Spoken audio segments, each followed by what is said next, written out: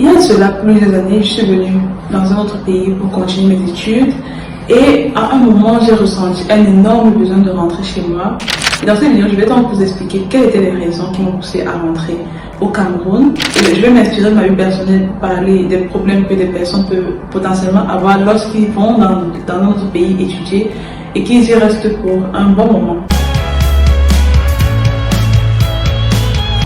Bienvenue sur cette chaîne, moi c'est Nana.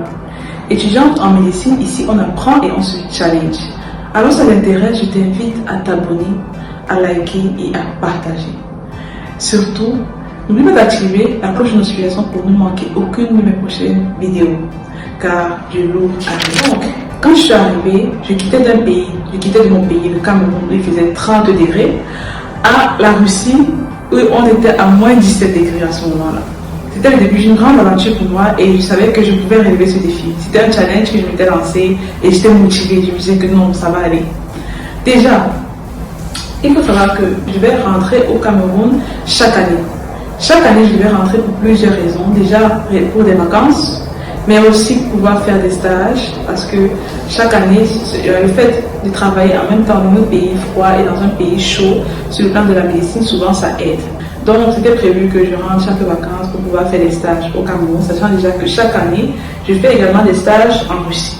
Donc, quand je viens en Russie, en fait, je suis assez confiante, vu que je sais que chaque année, je vais rentrer au pays, et moi, je me dis, bon, ça va, il n'y a pas de problème, je peux bien supporter un an comme ça, c'est pas grave. Et il faut savoir qu'en Russie, j'ai pas vraiment de famille. J'ai bien sûr une personne qui m'a encadré, qui m'a conseillé, qui m'a aidé, en fait. C'était une personne très proche de notre famille. Et de ma famille, pardon.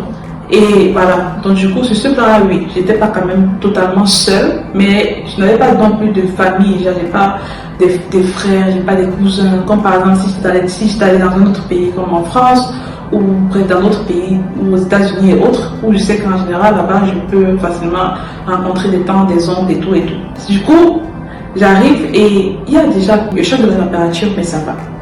Après, je me rends compte qu'il y a un choc social parce que quand je m'inscris, je suis censée m'inscrire au cours de langue. Donc, quand j'arrive, la première année, c'est l'année de langue. J'arrive au cours de langue, je me rends compte que dans ma classe, je suis la seule d'une autre nationalité. En fait, je vous explique. Il y a mon professeur qui est russe et il y a mes camarades qui sont de notre pays. Et il y a moi. Donc je suis la seule qui vient d'ailleurs en dehors de mon professeur en fait, parce que je pense qu'au final c'est nous que je vais prendre comme les intrus de la classe, bien qu'on soit en Russie. Et c'est aussi un truc qui me marque quand même pas mal parce que eux ils sont là, ils parlent leur langue, ils sont bien connectés entre eux, voilà. Et moi je me sens vraiment mise à l'écart on va dire, parce que je n'arrive pas forcément à m'intégrer avec eux. Déjà, ils ne parlent pas anglais. En plus de ça, ils ne parlent pas russe, vu qu'on est en train d'apprendre le russe ensemble. Donc, comment communiquer? Également, il faut noter la culture. On a une culture très différente. Mon premier contact avec les étrangers, qui ne sont pas forcément les étrangers de ce pays, mais les étrangers d'ailleurs, n'a pas forcément été très bien. Donc, je me suis très rapidement rétractée, en fait, parce que déjà, il faut savoir que je ne suis pas très sociale. Donc, dans cette situation, c'est encore pire, en fait. Ça ne m'aidait pas beaucoup. Donc, ce que je fais durant cette période-là, c'est que je m'inscris également j'essaie d'intégrer les groupes sociaux. Donc, je m'inscris à la salle de sport. Je me rappelle, j'ai fait le tour de toutes les salles de mon quartier pour voir. Je commence également à me renseigner sur les bibliothèques et tout et tout. Voilà, c'est à peu près ce que j'avais, voilà. Mais je vivais seule à ce moment-là. Donc, j'avais ma chambre et voilà, j'essayais de sociabiliser comme ça, là. En plus d'avoir des camarades, bien que ça, également je parlais avec mes professeurs, mon professeur qui était une femme très adorable, voilà, elle aussi, bref, j'avais quelques petites personnes là, mais ça bloquait quand même socialement parce que à la salle, je ne vais pas aller voir des gens, mais aussi il y a la barrière des langues, vu que je suis encore en période de langue, je ne parle pas encore très bien la langue, j'ai du mal en fait à côtoyer des personnes, bref, je me sens renfermée et je commence à être impactée par ça, je commence à ressentir le manque de sociabilité, je commence à ressentir le manque du pays. Mais ça va, parce que je comprends que c'est normal, c'est la première étape, et ça va, quoi, ça va. En dehors de ça, j'ai passé toute ma vie au téléphone, en fait. J'ai passé carrément toute ma vie au téléphone, si ce n'est pas avec mes partenaires de travail, concernant la matière marquée. Petite publicité, la matière marquée.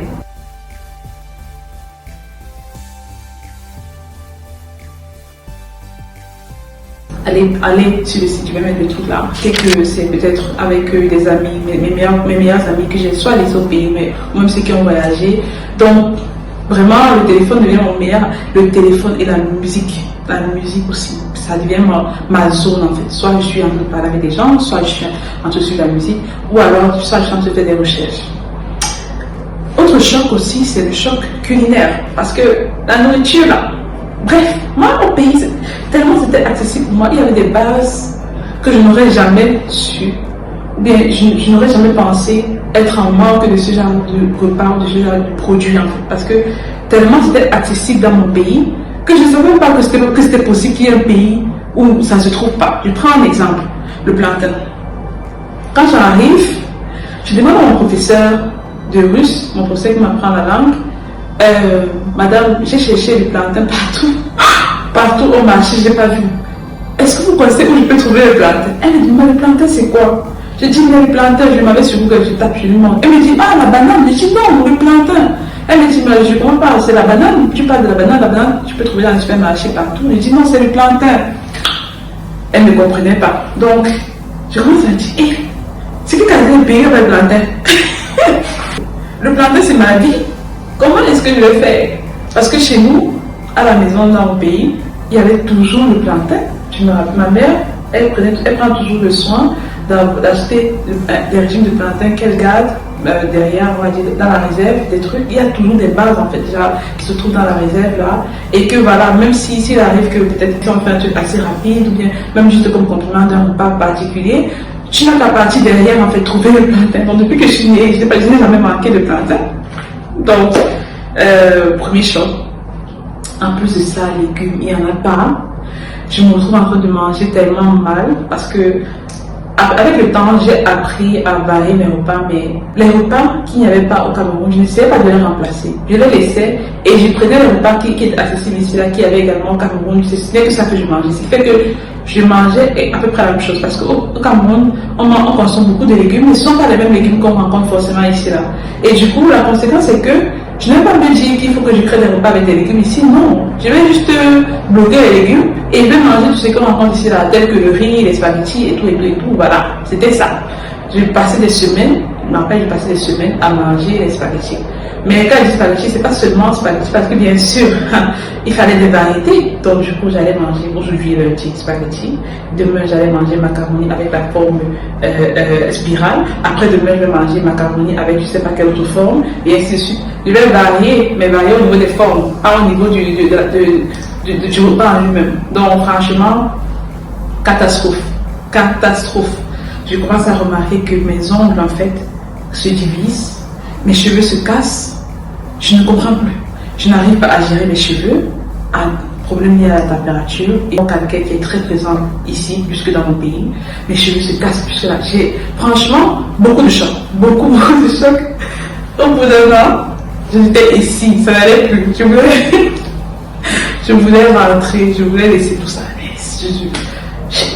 Qu'est-ce que je fais? L'année qui suit, je m'avais plutôt en colocation, je déménage et j'entre en colocation. Ce qui fait que ça avait été assez résolu, moyennement résolu, parce que je m'avais dans une colocation de 5 filles. 5 filles et toutes étudiantes de mon université. Et nous avons à peu près le même âge en fait. Donc du coup, ça va, c'est plutôt bien, on s'entend plutôt bien. Du coup, ça me fait de nouveaux amis. Et du coup, sur le plan social, ça va parce qu'à la maison, je suis en contact avec les gens régulièrement. Et à l'extérieur, je sors, vu que j'ai intégré mon université, ça va. Sauf que à ce niveau-là, il y avait un problème à l'université maintenant qu'on en parle. Parce que il faut que je précise, j'ai fini les cours de langue, mais à l'université, j'ai eu un autre choc.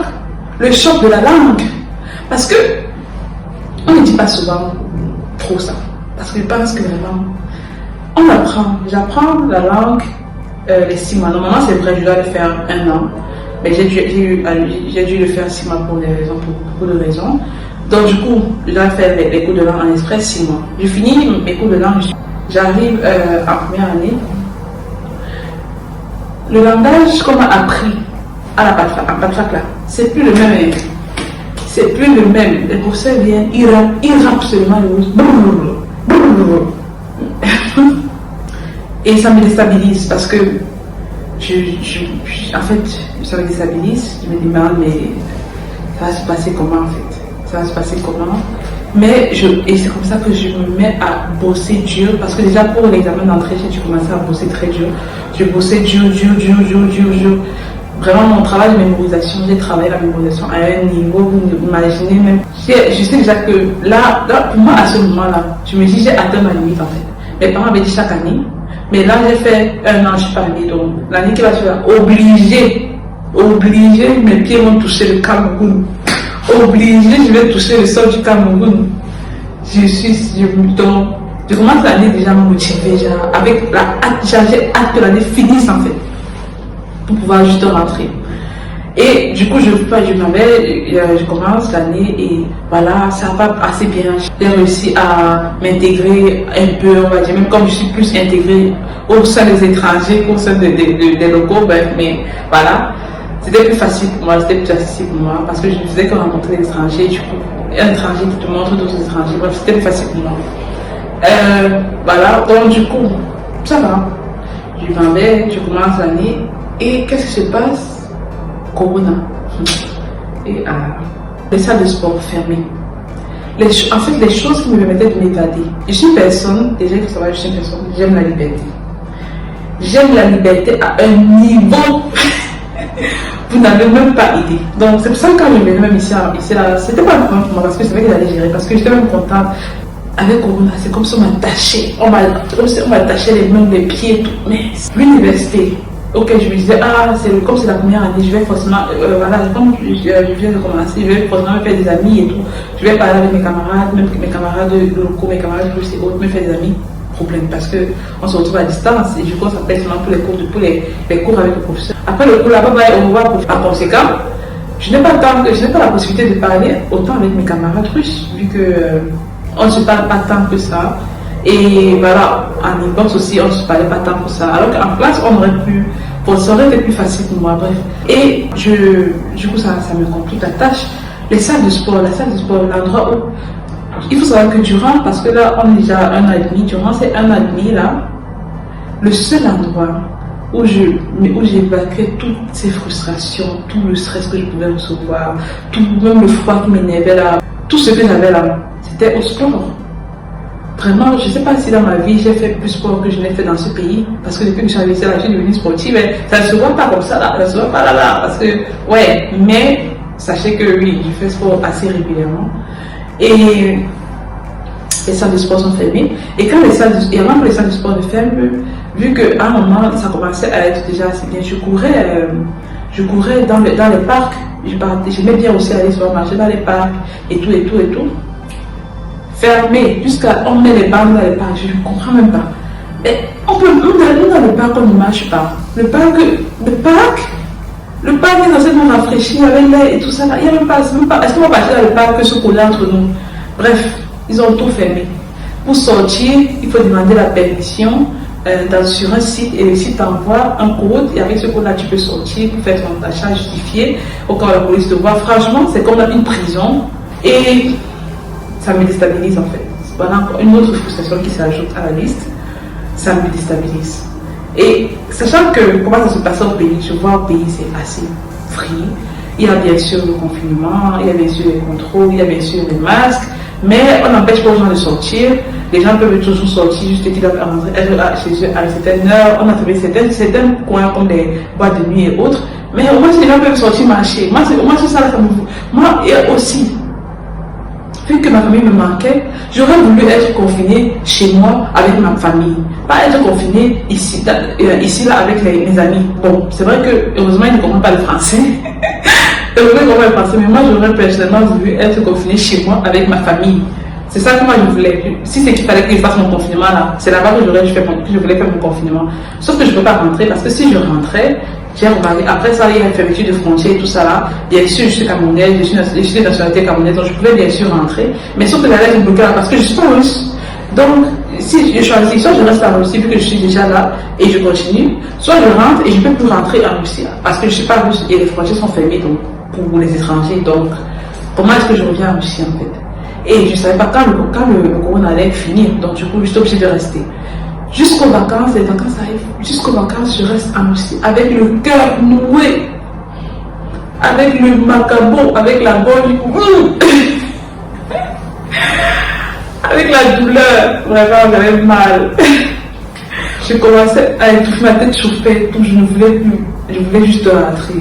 Je voulais juste rentrer pour une semaine, juste pour 3 jours. Moi, je voulais juste rentrer dans mon pays. Je voulais juste rentrer au pays. Ah, vraiment, je ne sais pas comment expliquer ce sentiment-là. Et je ne sais pas si parmi vous, il y a des gens qui ont déjà eu, qui ont vécu cette expérience ou pas. Dites-moi en commentaire. Mais vraiment, je ne sais pas quelle était cette phase. Je ne sais pas pourquoi est-ce que j'étais comme ça. Mais j'étais là. 3e année. Et j'ai supporté la première année. J'ai supporté la 2e année. 3e année, c'est l'année.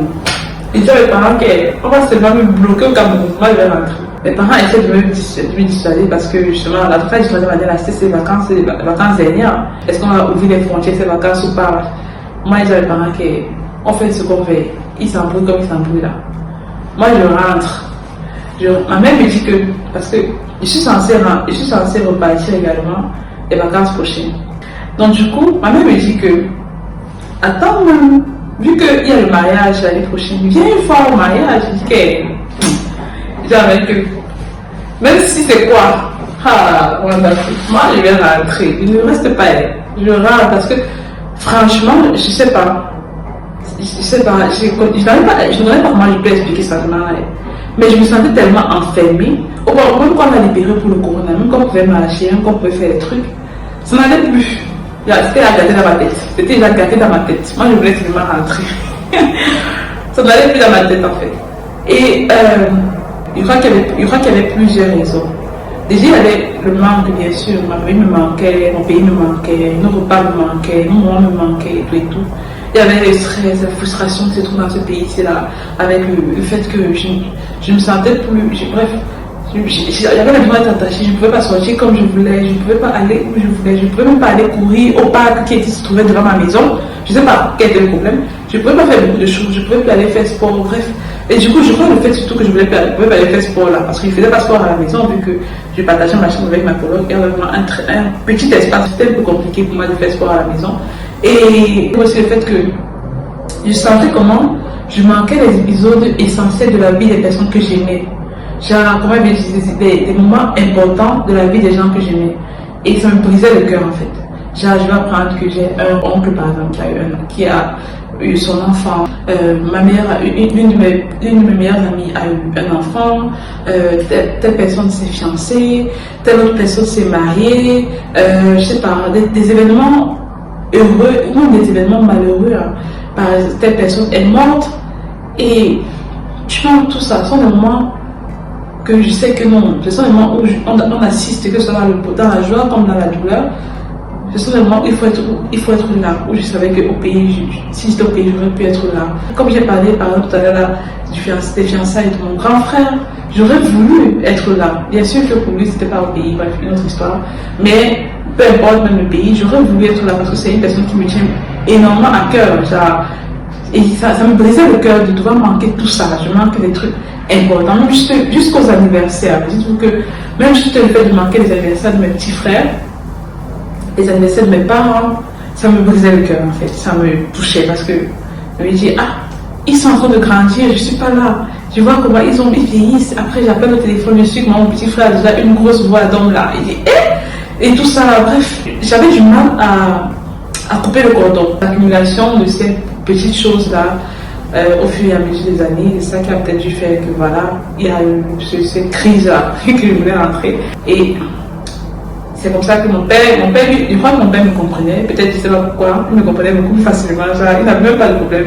Lui, il a jamais compris que vraiment j'étais ma mère, et je disais que non, je ne peux pas encore attendre, ça fait encore, je ne peux pas encore faire je peux encore attendre un an c'est rien, si j'ai pendant 3 ans, c'est pas un an qui va me dépasser en fait, voilà, c'est ce qu'elle se disait, et je peux comprendre aussi. Mais, mamie, je voulais rentrer. Et c'est donc comme ça que je suis rentrée au Cameroun. Et quand je suis rentrée, je peux pas expliquer le goût. Voilà, j'étais tellement contente. J'arrive au Cameroun. Je suis tellement contente. Je n'arrive même pas à y croire que je suis là. Je sens la chaleur. Je suis contente d'avoir chaud. Premier repas, plantain grillé, safran. 2 choses qu'on ne trouve pas ici. J'ai dégusté ça. Après, maïs grillé. J'étais enchaînée comme ça. Alors, donc, j'étais encore seulement à l'agence, j'étais même pas encore arrivée à la maison, j'allais à manger. Je ne me suis même pas posé la question de si la diarrhée allait me prendre ou pas. Bref, c'était pas mon problème à ce moment-là. Moi, je voulais juste manger mes choses, profiter de mon pays. Si la maladie me prend, on va gérer de toute façon. Avant ça, être tombé malade. Vraiment, ne faites pas ça, s'il vous plaît. Ne faites pas ça. Bref, je suis pas en train de vous conseiller. J'arrive, je vois mes parents, je vois ma mère, mes frères. Oh mon Dieu. Je suis contente, mince. Je ne sais même pas comment elle avait décrit. C'était peut-être pour moi, peut-être qu'eux, ils ne vous diront pas ça pour ça, parce qu'ils n'ont pas ressenti, vu que je suis un peu introvertie, c'est la timide. J'étais tellement contente d'être là. Après les fruits, l'ananas, la papaye, la noix de coco, bref, j'ai mangé les trucs. Et comme je vous avais dit, à mon retour au pays, je suis censée faire des stages. Donc voilà, il fallait que je trouve un stage. Il y aura un blog où vous allez voir après mon parcours pour le pays et voilà comment ça s'est passé au pays. Et après, il y aura un petit résumé avec les erreurs que j'ai pu faire dans mon voyage, que je ne pourrais plus faire, en fait, que je vais éviter pour les prochaines fois. Voilà, donc ça vous intéresse, abonnez-vous. Et du coup, je reste à la maison parce que je suis encore sous l'émotion, je n'arrive pas encore à croire que je suis au pays. Donc, bref, je calais à la maison, je partais, je faisais sport le matin, soit je sautais à la corde, soit je partais courir. Après, je rentre à la maison, je m'assois, j'observe, je fais mes cheveux, je range, je nettoie. J'étais devenue vraiment, je sais pas, je nettoyais la maison là parce que je ne voulais même pas que ma mère se fatigue, bien que mes frères. Je voulais juste contribuer. Je me lève le matin, chaque matin, je nettoie, je balaye, je fais des trucs, je prends soin, j'essaie de prendre soin comme je peux de mes frères et sœurs. Et c'était juste le plaisir d'être en famille, c'était juste ça. Je ne voulais plus, ça me suffisait en fait, ça me suffisait. Après j'ai fait mon stage et ça m'a vraiment occupée parce que le stage m'occupait énormément. Et après je suis rentrée. Bref, pour la suite de l'histoire, vous la verrez certainement dans les blogs. En gros, qu'est-ce qu'il faut retenir de cette vidéo? En gros, ce qu'il faut retenir de cette vidéo, c'est que déjà, quand vous partez dans un pays étranger, allez dans l'optique que vous pouvez faire plusieurs années. Déjà, ne partez pas comme moi là, avec une optique de une année, déjà chaque année je suis rentrée là. Oui, franchement, à ce moment-là, je n'aurais pas pu imaginer qu'un événement comme le corona, parce que je ne connaissais même pas déjà le coronavirus, donc je n'aurais même pas pu imaginer que ça aurait pu se produire et avoir une telle ampleur et tout.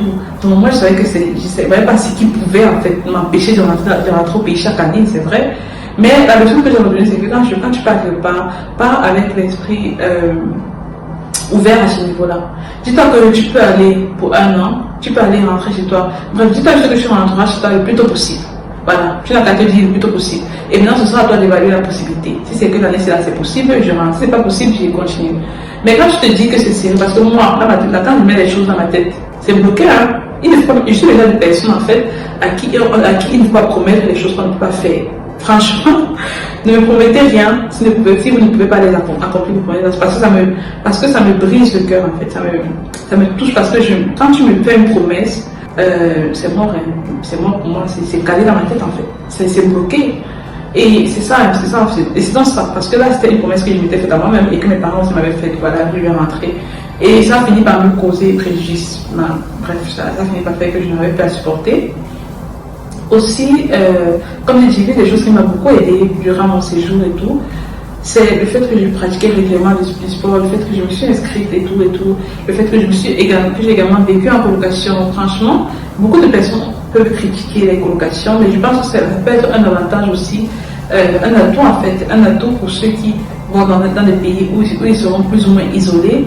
La colocation peut vraiment être un atout. Ça permet de socialiser un peu plus et voilà, ça permet d'aider aussi pour le mental, vu que tu ne te sens pas totalement seul, on va dire. Comme je dis, il faut être ouvert et aussi, quand tu arrives, l'autre leçon, c'est que quand tu arrives dans un pays, il ne faut pas, dans ce plan culinaire, te bloquer au repas que tu manges chez toi. Si tu as la possibilité d'avoir les ingrédients qui permettent de faire les repas que tu manges chez toi, oui, tu peux les faire, bien sûr, et profiter. Mais essaie aussi de trouver des alternatives à ce que tu peux manger pour rendre tes repas plus équilibrés, parce que c'est une erreur que j'ai faite.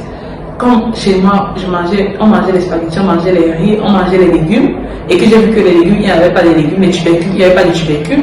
et que les seules choses qu'il y avait ici, c'était les spaghettis et les riz, je n'ai pas essayé de remplacer toutes ces choses-là, tous ces autres compliments que j'avais avec les compliments qui se trouvaient sur place. Je n'ai pas essayé de remplacer tous ces légumes-là avec les légumes qui se trouvaient sur place. Non, j'ai juste coupé en fait. J'ai coupé et j'ai dit ok, il n'y a pas les légumes, paf. Ok, qu'est-ce qu'il y a? Les spaghettis et les riz. Ok, on va continuer avec les spaghettis et le riz, mais non. Il faut essayer de s'adapter. Quels sont les légumes qui sont sur place? Tu manges, tu essaies de les faire manger. Et également, comme tu mangeais les légumes chez toi. Parce que chez moi, il y a des légumes qu'on mange sans viande, genre des plats complètement végétariens, on va dire. On a beaucoup de plats dans ma culture qui sont des plats végétariens. Donc, pareil, pourquoi quand j'arrive ici, je dois absolument, je dois arrêter de manger les plats végétariens, non? Donc, du coup, je dois chercher quels sont les légumes qui correspondent, que je peux remplacer. Et voilà, essayer de faire des recettes avec ça. Essayer de voir même sur YouTube, il y a des vidéos pour apprendre des nouvelles recettes avec des ingrédients nouveaux, peut-être qui peuvent sembler nouveaux pour toi. Et voilà, dans cette vidéo-ci, peut-être plus ce qui m'a poussé, quelles étaient les raisons qui m'ont poussé à aller au pays. Et je pense que je vous ai tout dit. C'était donc un plaisir de faire cette vidéo. J'espère qu'elle vous a plu. Je vous invite à vous abonner, à liker et à partager. Cela me fera énormément plaisir. Surtout, n'oubliez pas d'activer la cloche de notification pour ne manquer aucune de mes prochaines vidéos, car je l'ouvre arrive. Vous n'êtes même pas prêts. Je vous fais donc un gros bisou et on se dit à la prochaine pour une prochaine vidéo. Bisous.